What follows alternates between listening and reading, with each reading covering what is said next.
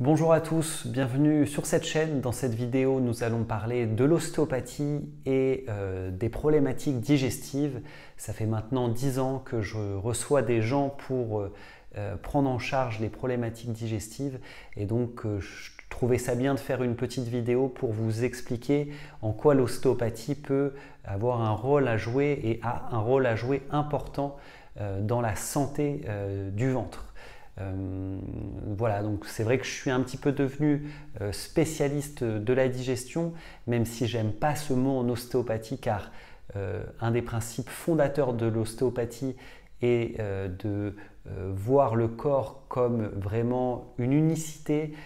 Donc c'est vraiment le principe de globalité du corps, mais c'est vrai que avec les années, je me suis tourné de plus en plus à la recherche de solutions pour soulager les personnes qui souffraient de problèmes intestinaux. J'ai même créé un livre qui parlera d'alimentation, qui est une approche, la méthode Saint-Tony, une approche qui est basée sur la respiration, des méditations pour créer de l'espace à l'intérieur du corps. Mais on ne va pas parler de ça dans cette vidéo, on va se concentrer vraiment sur l'ostéopathie et en quoi cette ostéopathie, eh bien, elle peut apporter une aide précieuse aux patients qui souffrent de troubles digestifs. Il y a beaucoup de patients qui viennent me voir au cabinet, ils ont fait des batteries d'examens, on leur a trouvé un SIBO ou tout un tas de choses et ils sont souvent à un régime alimentaire draconien. Mais voilà, par rapport à ça, deux choses importantes. La première, c'est qu'il n'y a pas toujours de corrélation entre ce qu'on voit à l'intérieur du corps et vraiment la cause de la souffrance des patients. C'est des choses qui sont parfois décorrélées. C'est pas parce qu'on a de l'arthrose qu'on a mal, ou c'est pas parce qu'on a mal qu'on a de l'arthrose. Et c'est un petit peu pareil avec les problématiques digestives. Donc il faut se méfier de mettre une étiquette et de dire que c'est à cause de cette étiquette qu'on a quelque chose. Je pense que si on faisait beaucoup de tests, même sur des personnes n'ayant aucune problématique digestive, on s'apercevrait qu'il y en a aussi des gens qui vont très bien au niveau de leur ventre, mais qui ont le SIBO. Et la deuxième, c'est qu'en travaillant la structure de l'organe, la structure des intestins, eh bien on peut réussir à retrouver une fonction digestive meilleure. Et ça, c'est un grand principe en ostéopathie.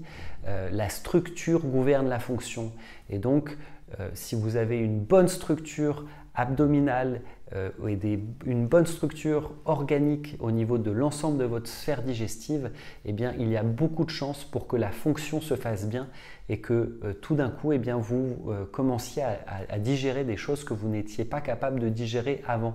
Et donc ça, c'est vraiment le travail de l'ostéopathe, c'est de trouver les tensions à l'intérieur du corps, de donner de l'espace à vos organes, à votre structure pour que cette structure puisse réaliser sa fonction d'une bonne façon. C'est vraiment ça le travail de l'ostéopathe, et tout en gardant cette vision globale du corps et de se dire qu'il y a des tensions peut-être dans l'abdomen, peut-être que c'est l'abdomen qui exprime une souffrance, mais je peux travailler à distance pour soulager cet abdomen. Et d'ailleurs, pour illustrer mes propos, c'est vrai que j'ai tendance souvent maintenant à travailler sur le thorax, sur le sternum de mes patients, parce que je m'aperçois que de proposer un point d'appui vraiment juste ici au niveau de la cage thoracique, eh bien, de proposer ce point d'appui et de faire travailler avec la respiration le ventre, eh bien, ça dénote plein de choses. Et donc, voilà, c'est vraiment super important de ne pas s'arrêter qu'au ventre et de travailler aussi un petit peu à distance. Et ça, voilà, vraiment le thorax, travailler le thorax, le diaphragme, eh ben, on a de gros résultats en ostéopathie en travaillant le thorax. Et pourtant, ce n'est pas une zone qui, voilà, en première intention, on va se dire il faut absolument que je travaille le thorax. On va plutôt foncer tête baissée au niveau du ventre.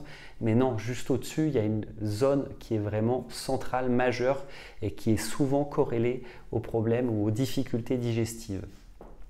Donc ça, c'est vraiment d'un aspect très mécanique. Je voulais aussi illustrer les choses d'une autre façon pour que vous puissiez aussi comprendre l'univers digestif et des problématiques digestives.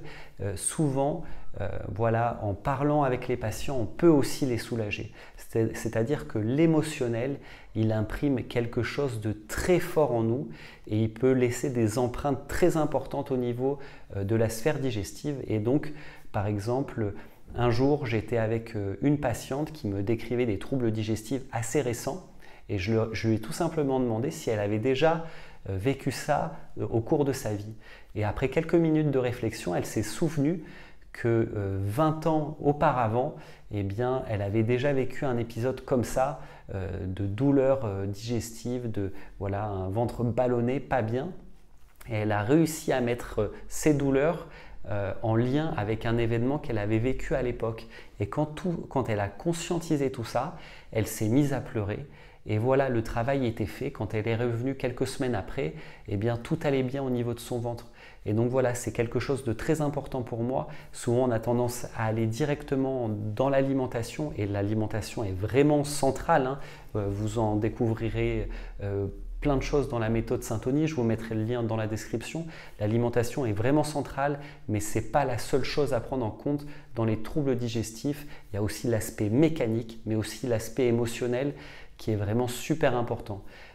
Voilà, vous pouvez aussi me dire, vous, dans les commentaires, si vous avez eu une expérience avec l'ostéopathie ou avec d'autres pratiques qui ont pu vous aider ou au contraire si ça ne vous a pas aidé. En tout cas, je pense que le fait de partager son expérience, ça peut servir aussi à plein d'autres personnes. Donc n'hésitez pas à me faire part dans vos commentaires de votre expérience. Ça me fera plaisir de vous lire. En tout cas, je suis très heureux d'avoir pu parler au cours de cette courte vidéo un petit peu de mon quotidien, un petit peu de ma pratique depuis maintenant 10 ans. L'ostéopathie est tout simplement une approche merveilleuse d'écoute du corps. Écouter les patients, le corps de ces patients avec les mains, c'est vraiment quelque chose de fantastique. On peut aider les gens avec quasiment rien, enfin des mains, ce qui est déjà énorme. Mais voilà, je suis amplement satisfait de tout ce que j'ai pu apprendre, de tout ce qu'on m'a transmis et de ce que j'ai réussi à mettre en place dans mon quotidien. Et je vois qu'on arrive vraiment à aider les gens avec ça. Voilà, j'espère que je vous reverrai prochainement dans une vidéo. En tout cas, je vous dis à très bientôt.